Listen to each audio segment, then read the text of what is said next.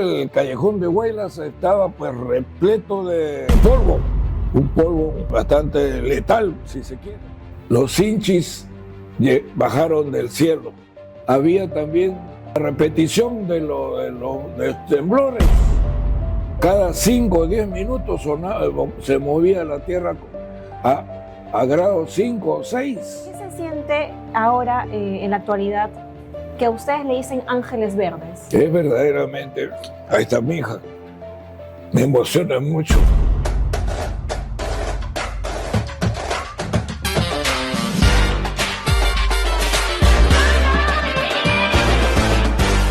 Bienvenidos a un nuevo episodio más del podcast de la PNP. Con toda la portátil, porque hoy día hablaremos sobre la gran hazaña que sucedió en el terremoto de 1970 con los hinchas de Mazamari. Y para ello tenemos al coronel guardia civil Julio César Cano Delgado. Aplausos, por favor. Mi coronel, bienvenido. ¿Cómo está usted? Por favor, a todos los seguidores, ¿pueden contarnos cómo sucedió esto? ¿Cómo le informaron a ustedes que tenían que ir a salvar a Yungay? Ya, bueno, antes que nada, retorno también esa gratitud y con mucha gratitud por esta encomiable acogida que le están dando a todos los hinchis. Para contestar tu pregunta, voy a comenzar diciendo que en la década del 75, el gobierno del Perú, a cargo del arquitecto Belaúnde Terry, suscribió un convenio de asistencia recíproca, de ayuda militar, porque en esa época ya había el terrorismo, no con la actitud besánica que tuvo con Sendero Luminoso, pero ya habían grupos de guerrillas en donde atacaban con toda crueldad al personal de nuestra benemérita Guardia Civil. De tal manera, pues, que hubieron de manera aislada una serie de grupos de guerrilleros, se llamaban en esa época. Luego fueron alcanzados por un estado de emergencia a cargo de la Fuerza Armada. La policía todavía no entraba a esos avatares. En acto seguido, el ejército, más o menos por la 1975, se veía porque no tenía los recursos necesarios con que tenían los subversivos. Sin embargo, la limitación de recursos era más palmaria en la Guardia Civil porque el personal que estaba en tránsito, dirigiendo el tránsito en los cruceros, se les llevaba de inmediato al ómnibus y luego de frente a la zona de donde se ubicaban las guerrillas. Y nuestro martirologio, sinceramente, se empezó a elevar. Como guardias civiles tenemos que todos los muertos eran definitivamente en emboscadas bastante crueles. Y total, eso motivó que el presidente Belaúnde generara becas para el personal de la Guardia Civil para ir a recibir toda la doctrina de contrainsurrección. No se llamaba Sendero Luminoso ni MRTA. La política general de Estados Unidos era entrenar a los policías en contrainsurrección. Para el efecto, habían dos grandes ejes de capacitación. Uno, en los 10 fuertes que tenía Estados Unidos, eminentemente a cargo de las fuerzas especiales, en la zona del canal de Panamá. Ahí estaba Fort Gully para infantería, Fort Amador para artillería, Fort para la Fuerza Aérea, etcétera, etcétera.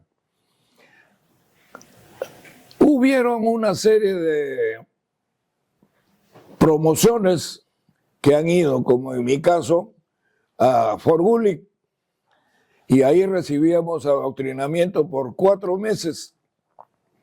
4 meses en la zona del canal de Panamá. Terminando eso, veníamos a darle instrucción a nuestro personal policial, de guardias civiles particularmente. Bueno, eso ha sido más o menos en 1965, cuando se funda precisamente por una gestión del Comando de la Guardia Civil, se funda el 21 de junio de 1965, se funda la 48 Comandancia de la Guardia Civil. Todavía no tenían el nombre de los Sinchis, porque el nombre de los Sinchis resulta cuando hacen la primera operación antisubversiva en Ayabaca. O sea, en 1965 no tenía el nombre Sinchis. Todavía no. ¿Por qué le nombran Sinchis entonces? Porque tuvieron una acción decoyante en controlar a los guerrilleros en Ayabaca. Una gran operación, donde han habido muertos inclusive, pero de policía no. Solamente de las fuerzas subversivas. Desde ahí, un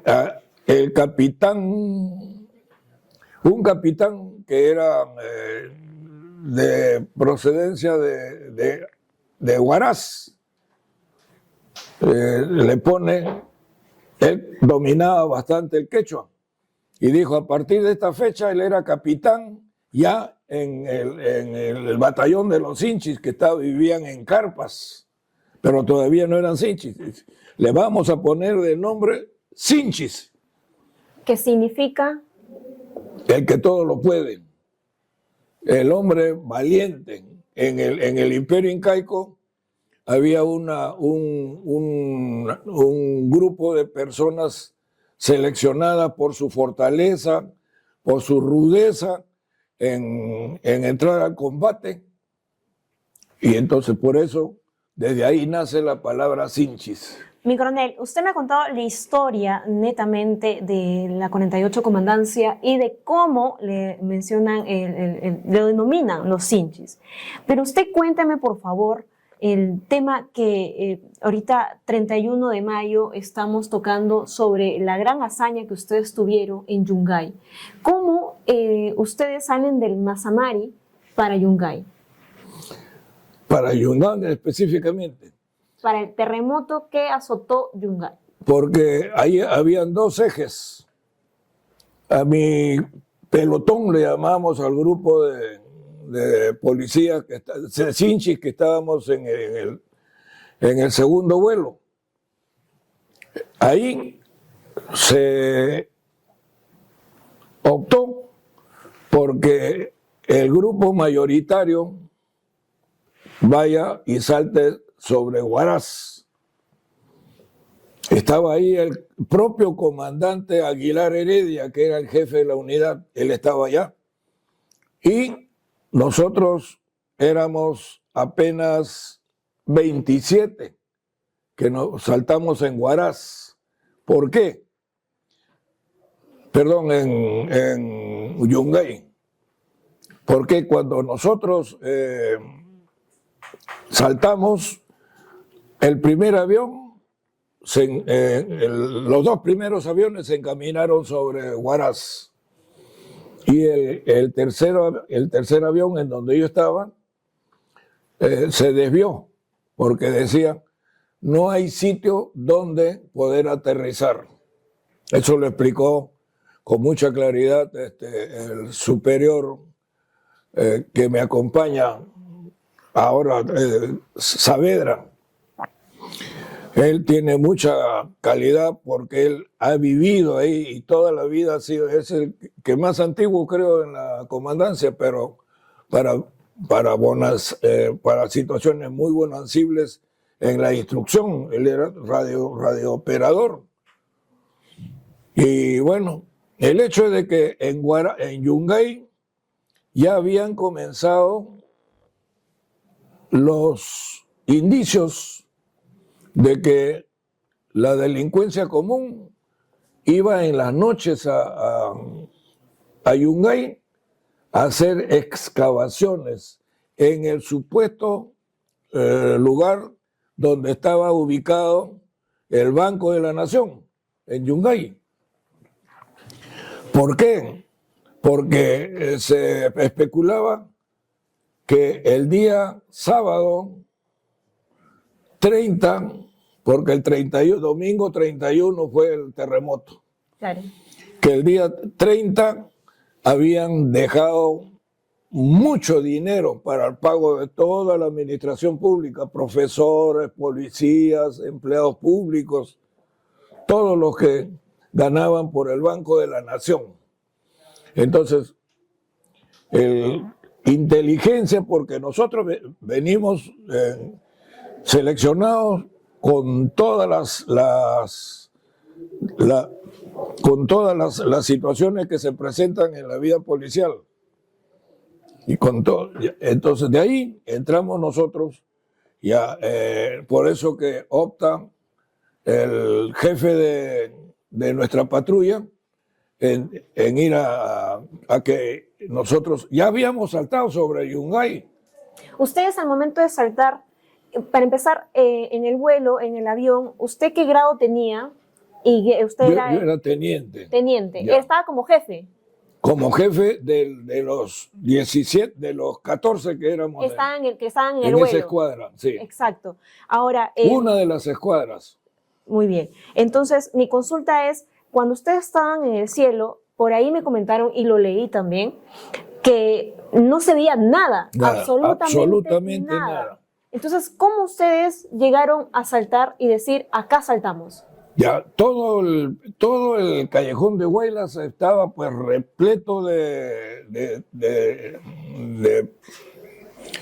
polvo, un polvo, y lo que era más crítico, que tanto Yungay como Huaraz tenían como eje el río Santa, que estaba pues increíblemente crecido. Y ese era verdaderamente un riesgo bastante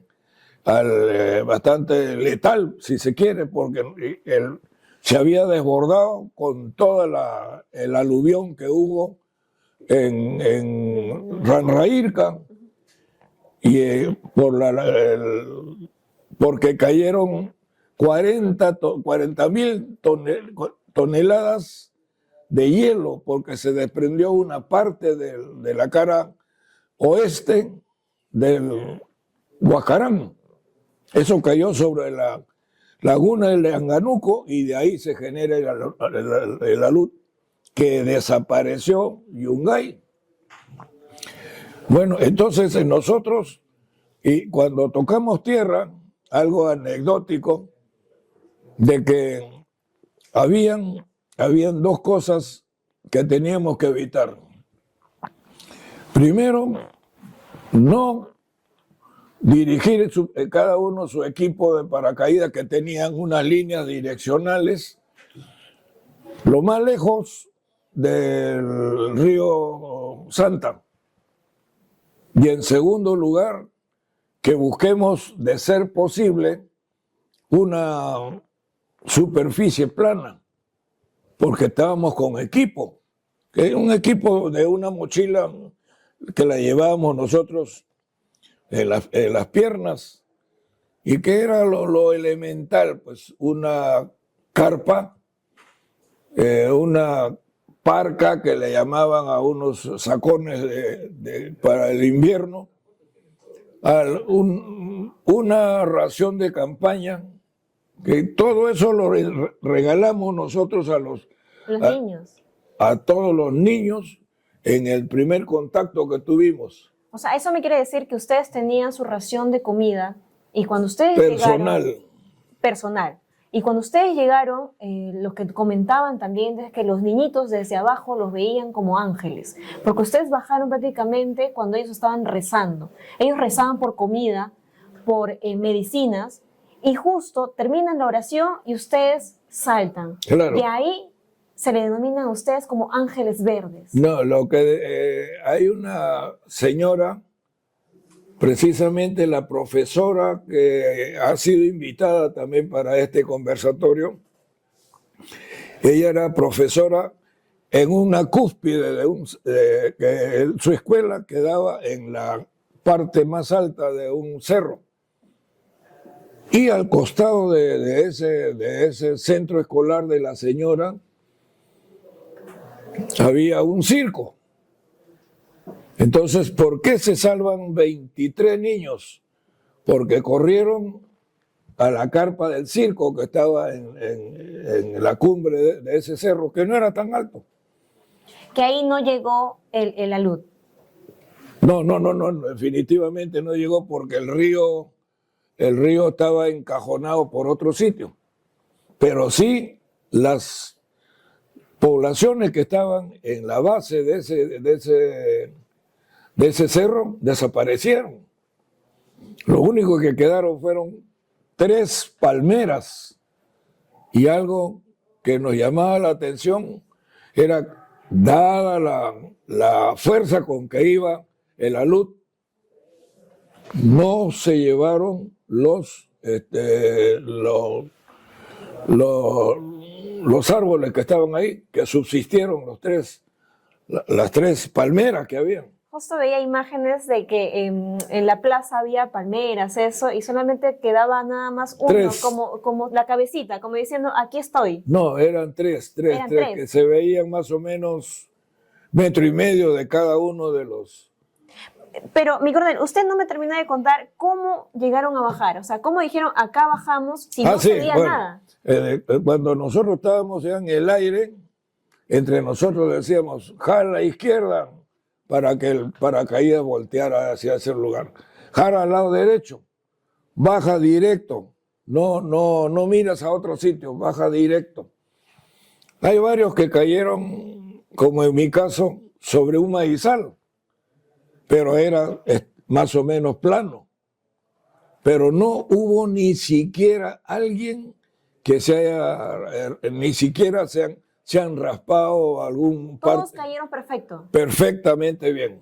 Nadie, ningún herido, por lo menos en mi equipo. Entonces, cuando nosotros llegamos, ya los niños ya habían bajado del cerro. Viéndolos ustedes bajar. Para ver cómo era el paracaídas, porque no sabían qué era el paracaídas. A ellos más les interesaba el paracaídas que su comidita. Entonces nos hicimos amigos y nos trajeron jarritos de agua a tomar. Encima que ellos estaban con todo este terremoto que lo había azotado, ellos les brindaron agua a ustedes. Nos recibieron definitivamente.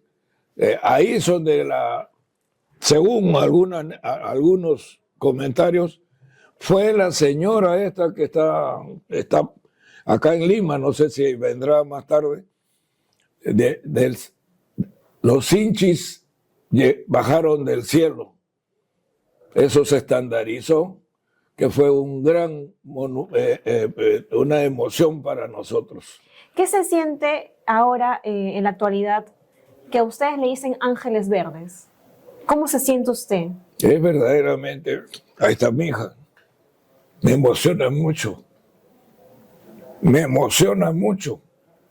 Porque recibir un halago de ser ángel verde, de hablar, eso para mí es un honor. Y desde ahí, bueno, yo he querido, como todos los que estamos acá, a mi 48 comandancia. Y esa comandancia llevó para que yo fundara, con mi preparación que tenía de la 48, me llevó a fundar la Unidad Móvil de Patrullaje Rural, que es la primera unidad contra las drogas. con todo el gran porcentaje de mi personal que yo llevé a Tingo María. Era precisamente los hinchis, ese por un lado. Mi coronel, antes de esta operación que ustedes hicieron, que llegaron a salvar a estos niños, a estas personas, usted ya estando o siendo teniente, llegó a llamar a alguien, a su familia, a comunicar, ¿sabes qué? Estoy yéndome para esta operación, porque no sabía No, a nadie. porque a nosotros nos dijeron, suba al avión, no sabíamos para dónde venían. Nos dijeron, vamos a ir a Lima a una comisión. O sea, ustedes no sabían a dónde venían. Nadie sabía a dónde veníamos. Venimos a Lima al Grupo 8, grupo de la FAP. Y ahí nos dicen a los tenientes, éramos 3 tenientes, hagan un plan de operaciones para asaltar.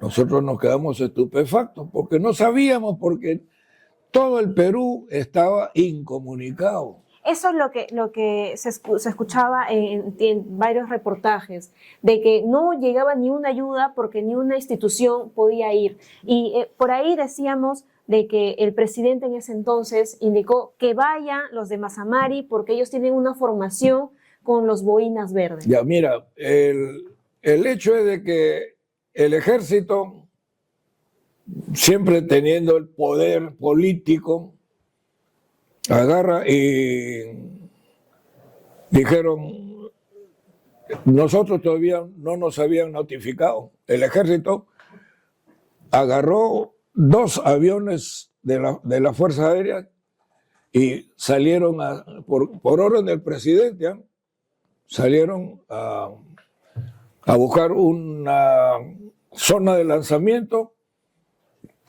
para bajar ellos. Y lo primero que se encontraron, que todo el valle del Callejón de Huaylas estaba completamente tapado entre comillas porque no se veía nada. Pero no sabían que había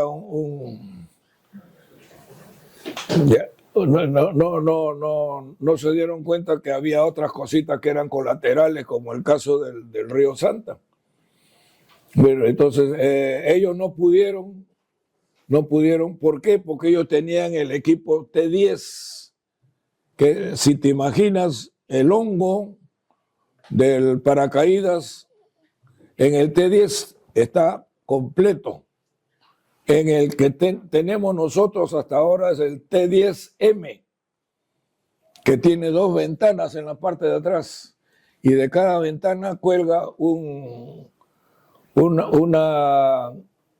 línea que te da la direccionales. Entonces tú jalas del lado derecho y el paracaídas. Esa maniobrabilidad no la tenían ellos.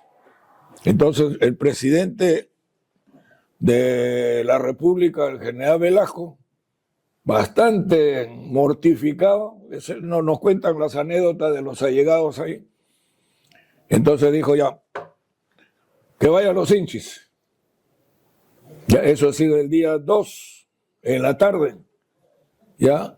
Y ya nosotros tuvimos que salir en la mañana fue esa anécdota de que vayan los hinchis. Entonces, es a merced a esa orden, a esa reacción del presidente, nos traen a nosotros acá a Lima. Y lo que usted me cuenta es de que saliendo de Mazamari no comunicó a su familia. Estando acá en Lima... No se podía comunicar. Y acá, estando en Lima, tampoco llegó a comunicar. Tampoco. O sea, su familia no sabía dónde está usted. Cuando yo vengo a comunicar con mi señora, mis hijas estaban pequeñitas. Era Esta operación era de riesgo, ¿verdad? Porque no se sabía... Bastante riesgo, desde que subías al avión. Porque, como dijo el presidente de la Simpol, Saavedra, que nos dijeron, ustedes van a saltar de los 6.000 metros. Mentira, era 600 metros nada más, 600 pies. Ya hay un desbalance completo. Pero en lo que se refiere a las comunicaciones, nosotros tuvimos la llegada de un helicóptero americano, de las fuerzas americanas. Ellos tenían esos helicópteros de modelo Chinook, o sea, de doble pala, grandes, más o menos de 35 metros, con dos motores. Eso sí podía pasar, pues, bordeaba la cordillera y pasó. Lo que usted me comentaba hace un momento también es de que usted fue el que recolectaba, lo pusieron para que recolecte todos los víveres que llegaban ahí en la zona afectada. Mira, eso, con el Chinook, para terminarte de la cuestión de cómo hago para comunicarme, el famoso phone patch. O sea, el radio de ellos ponían el micro. Ah, ok. Usted sí se llega a comunicar con su familia. Yo llego, ya cuando yo estaba por allá, el día 10 más o menos de... O sea, ¿y qué le dice su esposa? ¿Qué le dice su esposa? Ella tampoco sabía dónde yo estaba. Yo le dijo, mire, yo estoy en una comisión, nada más. ¿Ya? Así. Y ya después ya... ¿Sus hijitas cuántos años tenían? Ella tenía, creo, 5 años, 6 años. ¿Usted lo volvería a hacer? ¿Volvería a ir a esa operación? Yo sí, ya tan grande. No, pero de todas maneras, cuando tú quieres con vocación a tu unidad, bueno, ahora ya con la tecnología que tenemos, pues el celular nomás maneja todo. Le mando una fotito, estoy acá en operación. No, lo decía por el sentido de que ahora, a estas alturas, después de 54 años, usted se pone a pensar en ese momento, volvería a asumir ese cargo de estar ahí como jefe de esa línea de 14 hombres, como usted me comentaba, e irían nuevamente a ayudar a estas personas. Bueno, por los objetivos que se buscaban, que era salvaguardar y apoyar a las poblaciones más necesitadas, yo sí lo haría, porque a mí desde que yo he pisado el primer metro dentro de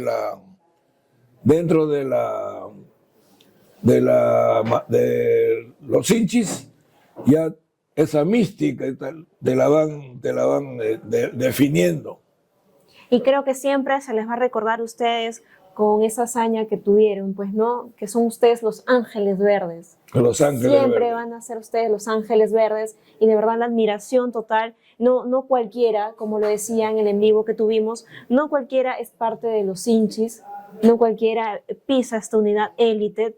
Y usted como Sinchi, ya de un legado que viene desde hace más de 50 años, ¿qué le diría usted a todo el personal policial que quisiera pertenecer a los Sinchis Mazamari y a los que están por postular a la policía?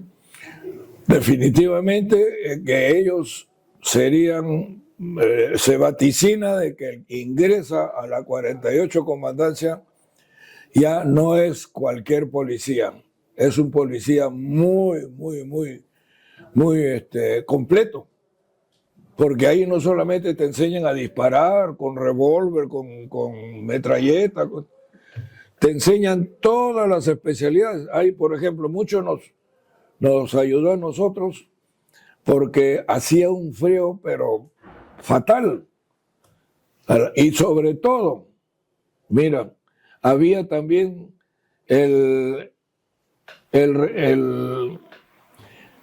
la repetición de los temblores. Cada 5 o 10 minutos se movía la tierra a grados 5 o 6. Todo era nosotros almorzábamos en una declive de un río. O cuando hay veces estamos durmiendo con nuestra colchita y comenzaba a moverse, ya no parecía carrera de encostalados ahí, porque uno salía corriendo. Entonces tenemos que buscar la mística, esa mística que a mí me la infundieron, y no han sido necesariamente oficiales, personales que eran instructores, como el caso de Saavedra, es decir, mi instructor de comunicaciones. Y yo le estimo mucho a él por eso. Y todo lo que nosotros hemos pasado por ahí tenemos operaciones anfibias, acción cívica, telecomunicaciones, comunicaciones radiales, teníamos terrorismo, contrasubversión, operaciones anfibias. O sea, era completo. Completo. Era la réplica de los boinas verdes de Fort Bragg. ¿Ya? Esa fue la mentalidad que trajeron los gringos acá. Hacer una fuerza especial. Mi coronel, fueron 14 hombres que estuvieron con usted para salvar las vidas y todo ello. Hay personal que ya no están acá con nosotros, que ya partieron, pero que nos pueden estar viendo en este podcast. ¿Qué le diría a su familia del personal que estaba con usted? Yo he tenido gente que ha fallecido. Por ejemplo, cuando ya yo no estaba en la 48, pero me hicieron formar esa unidad de la UMOPAR, la Unidad Móvil de Patrullaje Rural, que tenía toda la misma escuela y la filosofía de combate de los hinchis. Ahí, cuando yo era comandante jefe de esa unidad, han habido varios muertos. Y yo era el primero en ir a darle el pésame a las familias. Y yo, a nuestro personal siempre se le dice, pues lamentablemente ustedes han escogido una especialidad muy, muy endeble, en donde en la época de terrorismo cualquiera podía caer. Entonces hay que fortalecer el espíritu, hay que mantenerse dentro de los cánones de la legalidad con un seguro de vida para la familia. Porque yo, de eso sí, a mis hijas, yo desde cuando estaba ya un poquito, ganaba un poquito más de lo que se pagaba, porque allá en Mazamari se ganaba un sueldo más por ser paracaidista. Eso tal vez podría haber sido algún atractivo, pero ¿para qué me servía eso? Para asegurar a toda mi familia. Claro que sí. Entonces sí, yo, y cada vez porque yo, modestia aparte, 23 años he sido catedrático de inteligencia en la escuela superior. Siempre mi credo ha sido el Sinchi y el Sinchi. Mi coronel, y un mensaje a su familia, a sus hijas que nos están viendo también, ¿qué se siente ser un ángel verde? Y para terminar esta entrevista. Claro, yo ojalá se haga pues una égloga en base a todo lo que han hecho los hinchis en el Perú. Pero que no se obvie ningún tipo de esas anécdotas como lo estás tú diciendo, Los Ángeles Verdes. ¿Qué mensaje le daría a su esposa y a sus hijas, mi coronel? Que la quiero mucho, a ella y a mis hijas. Y va a ser Sinchi siempre. Yo, si mi señora quiere divorciarse de mí, le digo que se meta a los hinchis. Ya con eso me dijo todo, creo. Claro, claro. Y coronel, muchas gracias. Bueno, y nuevamente... te agradezco infinitamente también esa ponderación que has tenido tú. Muchas gracias. Y esa paciencia. Yo que le decía a tu amiga en antes que yo tengo la ponderación de conocer a una telegénica. Mi coronel, muchas gracias. De verdad, la admiración hacia usted y a esta gran hazaña que 54 años después estamos aquí sentados hablando de este gran episodio. Muchas gracias. Muchas gracias, mamita. Cuídate. Bravo.